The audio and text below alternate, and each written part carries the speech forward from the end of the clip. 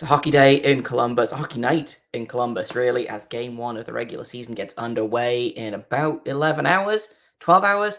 Let's break down what the Preds did this offseason. Can the Blue Jackets beat them? And let's have some fun with it on today's Locked On Blue Jackets.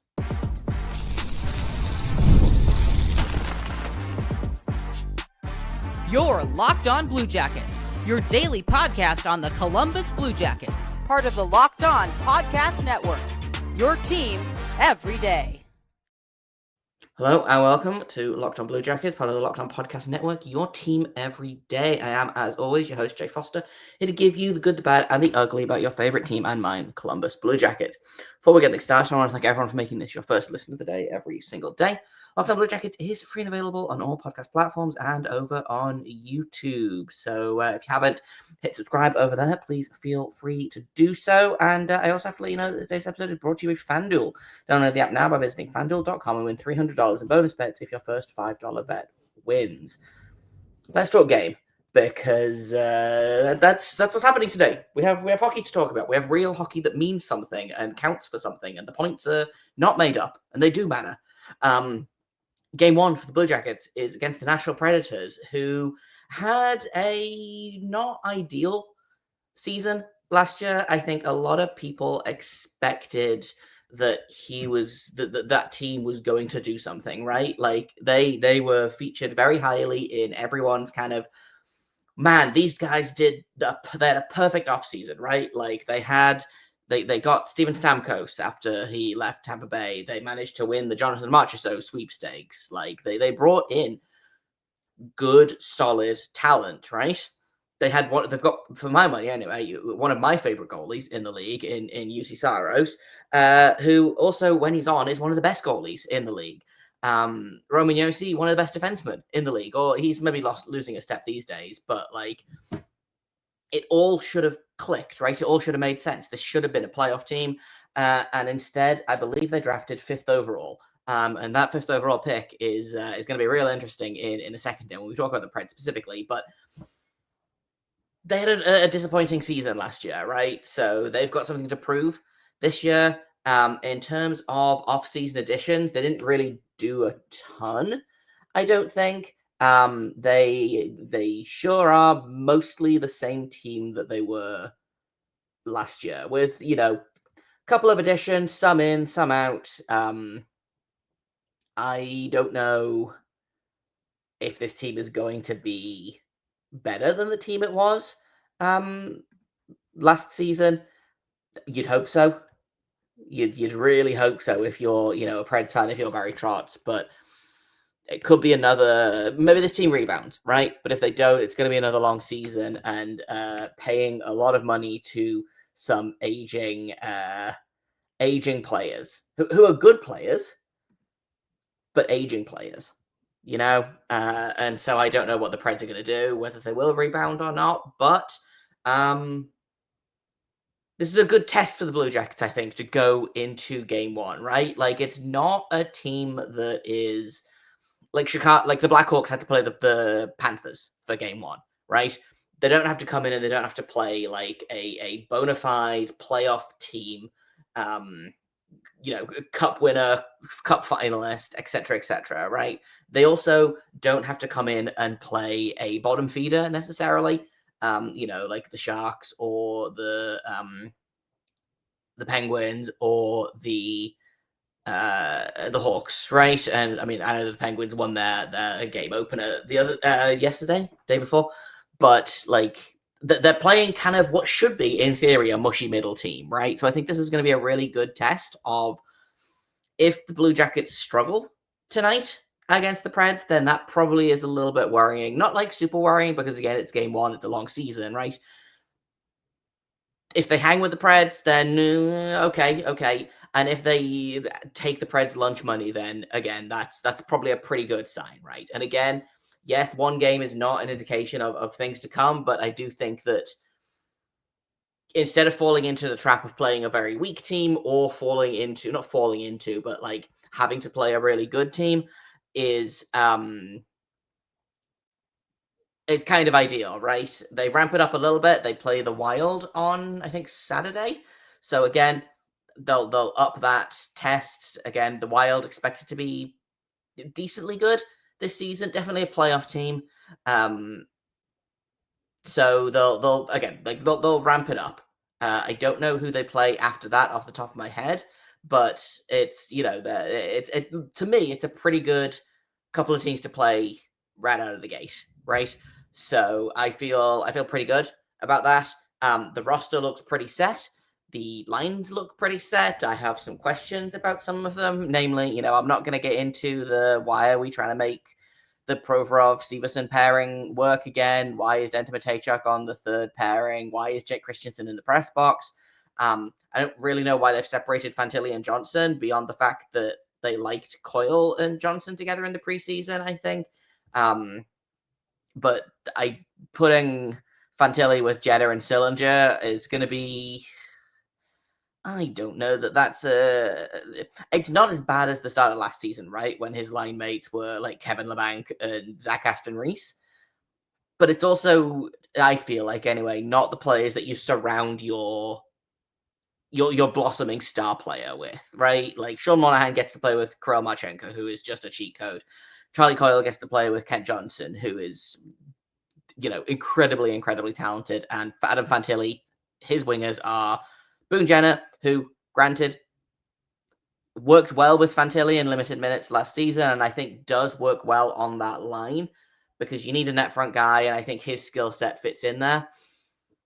I don't know that Cole Sillinger is the third piece to that line, right? I liked that line of Sillinger, Coyle, and Olivier in the preseason. I don't know why we're breaking that up to try new things, but the lineup is the lineup, right? It's not going to be the same all season. There's going to be some moving around, but I think it might be a little bit of an adventure for this team. It might be a little bit of an adventure for both teams. Again, the Preds have something to prove, right? In terms of last season, and we'll talk about last season in a second, in a little bit more detail in a second here. They split the season series. The Predators won 4-3 in overtime, October 26th, which I believe was the the fifth or sixth game of the season, and then they didn't face them again until April 1st when the Blue Jackets won 8-4, which is sure, why not? So Blue Jackets got 3 out of a possible 4 points against the Predators last season, and honestly, they should be taking all 4 points this season, right? I know that the Predators are supposed to rebound, and I think they will rebound, but this should be a team that the Blue Jackets beat, right? And there's a couple of reasons for that, and I want to take a quick break, and then we'll talk about those reasons in just a second here on Locked On Blue Jackets. First, I want to tell you about FanDuel. The NFL season is here, and FanDuel has an offer you don't want to miss. Right now, new customers can bet just $5 and get $300 in bonus bets if you win. That's right. Pick a bet, put down $5, and if it hits, you're going to unlock $300 in bonus bets to use across the app. FanDuel gives you so many ways to play. I've built parlays, I've tried player props. I like the insane parlays that are like, if this guy gets 3 shots on goal and it's a Tuesday and Mercury is in retrograde, then you win $1 million. But there are many more normal parlays for normal people to use on FanDuel. Whether you're a casual fan or love diving into the stats, it makes the game day experience so much better. So what are you waiting for? Visit FanDuel.com to download the app today and get started. FanDuel.com, $5 can win you $300 in bonus bets. FanDuel.com. Welcome back to Locked On Blue Jackets. Let's talk about the Predators and some of the questions that I have. UC Saros was not good last season. I think he did well. I was going to say I think he did his best, but I actually don't know that I think that. I think he really, really struggled last season. And again, I don't know. I don't know enough about the Preds to know whether that is like a he struggled because of the team in front of him, or if he struggled because of his own sometimes goalies just struggle, right? Pulling up his numbers. If I can do that for just a second, he allowed almost 8 goals more than he was supposed to. So, and again, none of the goalies for Nashville were very good this season, or last season, I should say. But Saros, I think, really, really struggled. I will say that like his save percentage on unblocked shots was really high. So we had a 950 save percentage. Sorry, a 948 save percentage on unblocked shots. But only an 895 on shots on goal. So what that tells me is that there was a lot of traffic in front of him, and he's not the biggest goalie in the world. It's not like easy to screen him necessarily, but if you've got forwards that are 6'2", 6'3", bigger, then he's going to have a tough time seeing over their shoulders, or he's going to have to peer around them. So I think probably that's a little bit why Saro struggled, but I do think it is probably the defense, which is not much improved. I don't think. Just pulling up the numbers, like they have basically the same group that they had last season. I think, especially your top four guys. I think it will help if some guys are a little bit less injured. The only defenseman to play all 82 games was Brady Shea. Roman Josi played 53 games because he was injured. And then after that, Nick Perbix played 74. Who I believe he's new to the squad actually. I believe he was with Tampa last season. I'm just going to double check that. Yes, he's new to the squad. I liked Perbix. He was kind of a guy that I was eyeing up for a depth role for the Blue Jackets potentially. So if they can bring him in, he was, again, looking at this based on all of the defensemen that they have right now, one of the better performers in terms of defense. Not the most offensively minded guy in the world, but again, was not a liability in any way. So, Nick Blankenburg, we love Nick Blankenburg. I hope everyone's emotionally prepared for the Nick Blankenburg goal tonight. And that, probably is not your top four necessarily, but those are the guys that did a lot of the heavy lifting in terms of points last season. And I say heavy lifting, that Nick Perbix had 19 points, Nick Blankenburg had 16 points. Those are your top four scorers. It still feels wild that they just gave Dante Fabro up for nothing. And I'm like, if Preds fans are listening to this, I promise that I'm not trying to gloat about this. It literally doesn't make sense to me that they were like, well, we've got this guy that can play with Roman Josi or sit in the press box. We have too many defensemen. Probably we should get rid of this guy and not Luke Shen because he's really good in the room. And then they ended up getting rid of Luke Shen anyway later on in the season. I think it was a trade deadline move or whatever. Just truly a wild move from Barry Trotz. Obviously, we are thrilled about it. When I say we, I mean the collective Blue Jackets fans and also the organization. That was maybe Don Waddell's best move. I don't know if that was his best move since getting here necessarily, but it was definitely one of his best moves was picking a Dante Fabro on waivers, and just he and Werenski clicked immediately, right? So again, I don't know what the Preds to get back to my original point here before I go off on a Dante Fabro tangent, which I have done before and will do again. I don't know that the Preds have improved much this offseason off the top of my head beyond the depth switch outs that every team do. They are really, really banking on guys bouncing back, and it was kind of Philip Forsberg did everything last season, and then everyone else was kind of there. You want UC Saros to be UC Saros. You want Roman Josi to be healthy and Roman Josi. Hopefully Steven Stamkos rebounds, Ryan O'Reilly rebounds, Jonathan Marchessault rebounds, but those guys are all on the wrong side of 30. They might all be on the wrong side of 32 or 33. I don't remember. I don't know how old Roman Josi is off the top of my head. UC Saros is younger than that, I'm pretty sure. But the point I'm making here is their big pieces are all basically the same, right? So they're just kind of having to hope that things are going to get better, that they can't possibly be as bad as they were last season. And I'm kind of inclined to agree that last season was a massive outlier. I was just talking to a friend about this actually. They were on paper, all of these deals looked incredible. And I'm like, yeah, every GM would have made the deals that Barry Trotz made last off season, right? Just hockey is fickle, hockey is voodoo. You know this as Blue Jackets fans. We've seen it on our own team, right? The team that should on paper be good is miserable, right? Sometimes the team that should be not good on paper is great. It's hockey is a weird sport that sometimes just does things to do things. So I expect them to rebound a little bit.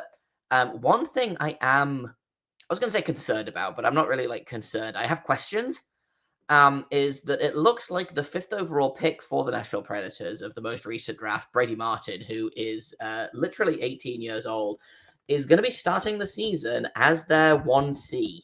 So he's going to be playing in between Philip Forsberg and Ryan O'Reilly. He doesn't turn 19 until March. Like, this is a child. I am typically on the side of I don't think 18-year-olds should play in the NHL, regardless of how good they are. I think it's detrimental to their development more often than not. And I point to Cole Sillinger as an example of this, right? Like, he absolutely should have gone back to the WHL for a year. I don't know. I mean, I do know why they kept him in the NHL, but like, you know what I mean? And we'll see how it goes for Martin. My guess was that he was going to get the 9 games and maybe go, but they're putting him at that top line center spot.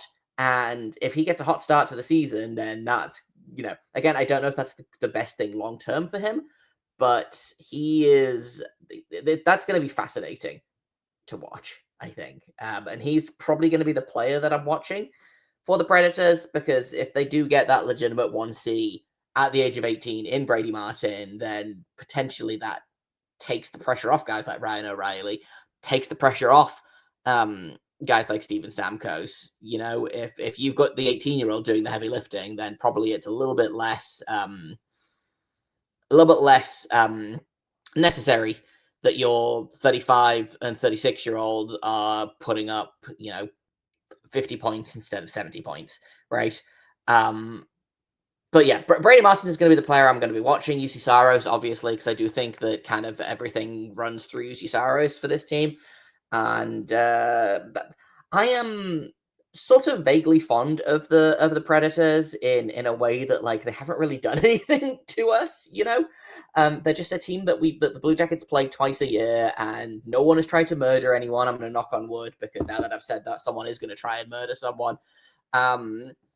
And they gave us a couple of really solid players in Dante Fabro and Mathieu Olivier for basically nothing. So, sorry again, if Anne and Emma are watching this, I'm sorry. Anne and Emma host Locked On Predators. I'm big fans of theirs.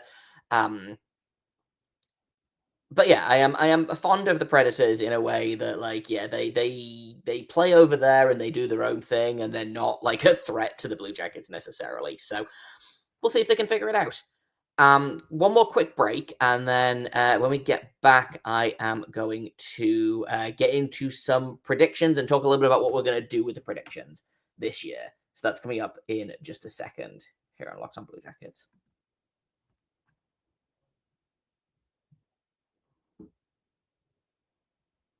Welcome back to Locked On Blue Jackets. Last season, I think for a couple of seasons now, what I've done is I have predicted the final score, and I have predicted which Blue Jacket is going to score a goal. It doesn't have to be the first goal. It doesn't have to be the game-winning goal. Just scores a goal, right? And I decided to make it a little bit more fun by including all of you guys. So if you get your prediction in before puck drop, I will write it down. I will make a note. I will keep track of all of this. And if anyone does better than me over the course of the season, you're going to win a prize. So what we're going to do is you have to predict the final score. You have to predict who scores a goal. You get 1 point for each of those. If you get both of them right, you get 3 points. And you get a bonus point if the game goes to overtime or a shootout and you predict, like, let's say tonight, the Blue Jackets, my prediction is the Blue Jackets win 3-2 in a shootout. And Adam Fantilli scores a goal. And if all of those things come true, I get 4 points. I get my point for the score. I get my point for the goal scorer. I get my bonus point for predicting the overtime. And I get the other bonus point for getting both the score and the scorer correct. So drop your predictions below. I want to know what you think the final score is going to be. And I want to know who you think is going to score a goal for the Blue Jackets tonight. I am going to go with... I was kind of messing around, but I think I might just do I don't think it's going to be a shootout.